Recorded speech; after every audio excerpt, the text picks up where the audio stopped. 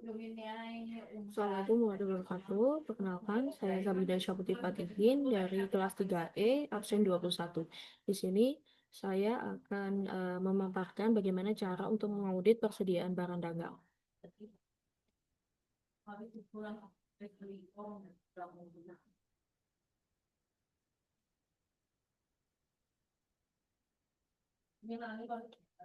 Jadi, yang pertama, kita perlu mengetahui dulu prosedur auditnya. Yang pertama, mencocokkan catatan saldo neraca, buku besar, dan juga data pendukung persediaan. Meminta hasil pengamatan stok opening, persediaan, dan melakukan observasi perhitungan untuk memerlukan jumlah persediaan yang wajar. Yang ketiga, menelusuri beberapa dokumen pendukung transaksi adanya persediaan. Yang keempat, melakukan penilaian kualitas persediaan dengan menguji kondisi fisik persediaan. Selanjutnya adalah melakukan pengujian harga sesuai kebijakan klien, dan selanjutnya adalah membandingkan penyajian dan pengungkapan persediaan sesuai SAK. Untuk temuan auditnya di sini, kita telah memperoleh tebusan kopi catatan atas pengamatan perhitungan persediaan. Persediaan yang dimiliki juga telah saudara evaluasi tentang kondisi fisiknya. Untuk dokumennya kita punya 3 dokumen. Yang pertama, kertas kerja utama. Yang kedua, daftar stok opening. Yang ketiga, catatan atas pengamatan persediaan.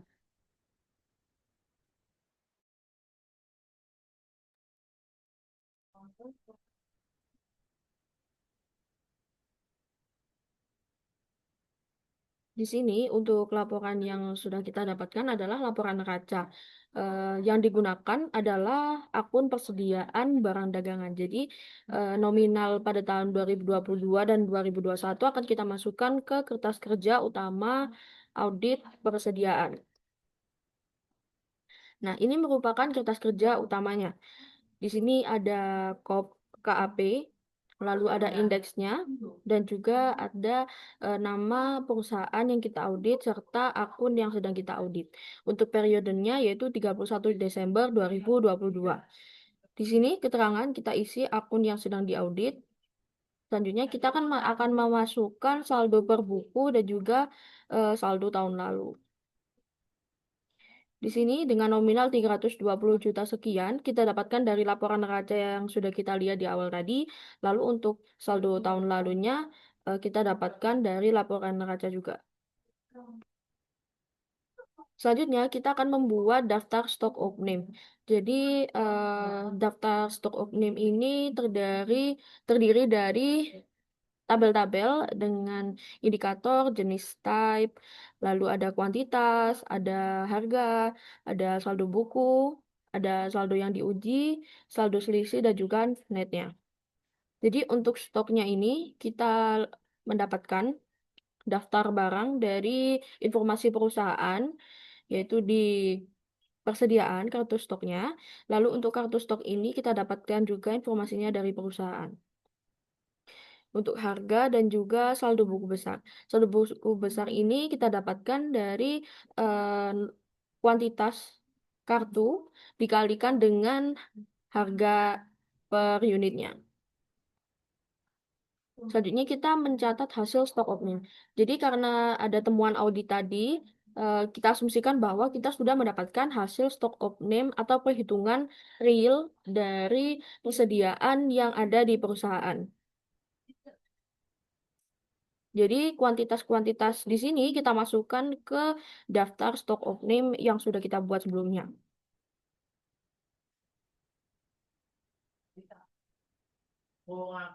Jadi di sini kita tinggal masukin aja kuantitas yang sudah kita dapatkan tadi ke tabel stok yang ada di kuantitas dalam kurung unit pasang.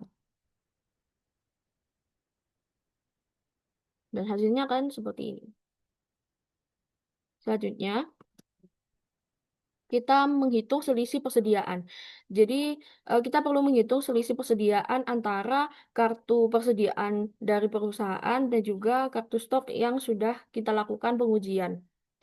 Dengan cara mengurangkan kuantitas kartu stok perusahaan dengan hasil uji persediaan.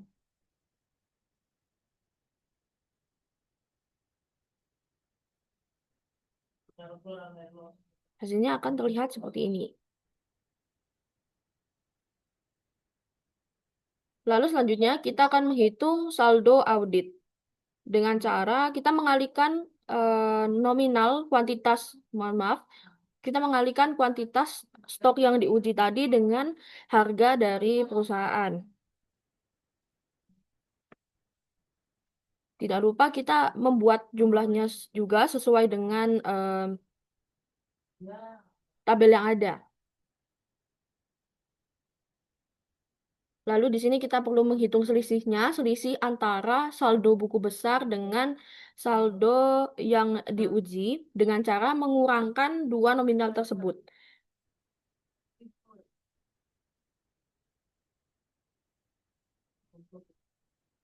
Lalu kita bisa lihat di sini bahwa totalnya adalah 1.110.500 rupiah.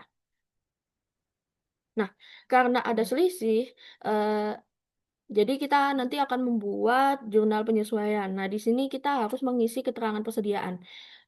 Ini sesuai dengan temuan audit yang sudah kita dapat tadi, bahwasanya persediaan yang sudah dicek adalah dalam keadaan normal. Jadi, pada keterangan netnya ini kita isikan N.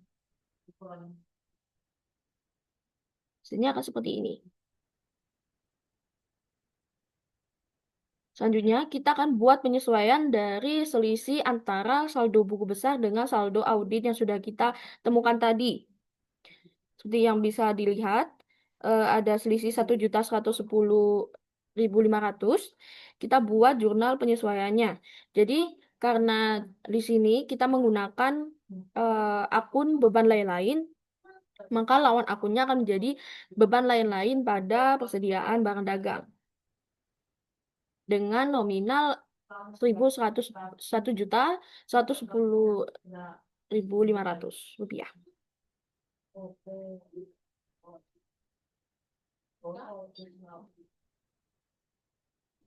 Hasilnya akan terlihat seperti ini. Nah, ini akan kita bawa ke laporan rincian jurnal penyesuaian. Kita lanjut dulu, kita akan buat catatan atas pengamatan persediaan. Jadi, ada beberapa hal yang perlu kita highlight di sini. Jadi, di sini kita akan isikan, kita perlu isikan nama kliennya. Lalu untuk tahun laporannya, dan juga untuk pengisian indeks. Indeksnya merupakan C2 karena ini lanjutan dari laporan C1. Di sini yang bisa kita highlight adalah kita melakukan pengujian fisik pada hari Minggu tanggal 30 bulan Desember tahun 2022. Kami, auditor, datang ke perusahaan untuk melakukan pengamatan atau observasi perhitungan fisik perusahaan atau stock opname. Di sini kita juga perlu highlight bahwa jumlah persediaan tahun sebesar 319.146.500 rupiah. Itu merupakan hasil audit yang sudah kita dapatkan sebelumnya. Lalu di sini pada poin B, metode penilaian, di sini persediaan dinilai berdasarkan harga perolehan. Lalu untuk pembebanan persediaannya didasarkan dengan menggunakan metode FIFO. Untuk pada poin C, hasil pengujian harga bisa kita highlight itu adalah tahunnya, yaitu bukti penerimaan barang bulan November dan Desember tahun 2022. Setelah itu, kita bisa mengisikan paraf di sini sebagai auditor dan juga tanggal auditnya. Selanjutnya, kita akan melengkapi kertas kerja utama yang sudah kita buat di awal tadi dengan nominal-nominal yang sudah kita dapat. Jadi, untuk nominal penyesuaian tadi kita masukkan ke kolom net adjustment karena itu merupakan penyesuaian sebesar 1.110.500. Lalu untuk saldo per auditnya tadi kita juga masukkan ke kolom saldo per audit.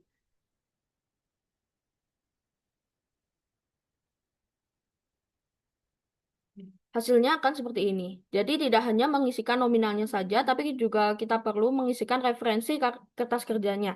Di sini kita sudah buat dua kertas kerja pendukung. Yang pertama ada C1 dan yang kedua adalah C2.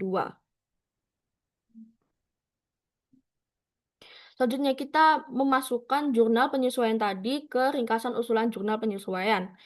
Di sini banyak sekali jurnal penyesuaian yang sudah kita buat. Jadi kita masukkan di sini, kita perlu highlight pada C1, laporan C1, beban lain-lain pada persediaan barang dagangan dengan nominal 1.110.500.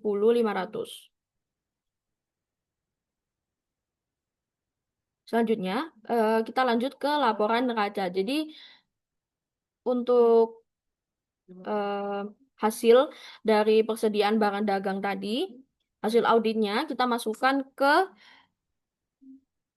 saldo audit tanggal 31 Desember 2022. Untuk net adjustment-nya kita masukkan juga sebesar 1.110.500 rupiah.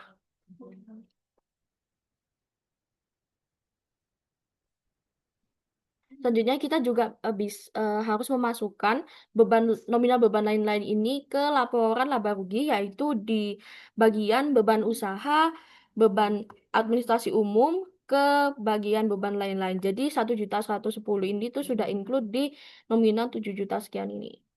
Oh, maaf, 7 juta sekian ini yang di saldo auditnya. Oke, di sini buat yang lebih fullnya aja untuk laporannya. Di sini kita bisa lihat ada kopnya, lalu ada indeksnya. Kita perlu isikan indeks. Ini sudah kita isikan semua untuk nominal-nominalnya. Parafnya juga sudah diberikan. Tidak lupa tanggalnya juga. Jadi kita tinggal memasukkan tick marknya. Untuk tick mark kita bisa bebas untuk bentuk simbolnya seperti apa, dan jangan lupa untuk memberikan keterangan tick marknya. Kita lanjutkan dari kertas kerja utama, kita lanjutkan memberi tick mark ke kertas kerja pembantunya, yaitu C1. Di sini bisa terlihat bahwa laporan daftar stok opnim indeks C1 sudah diberi tick mark. Dan untuk keterangan tick marknya ada di sini.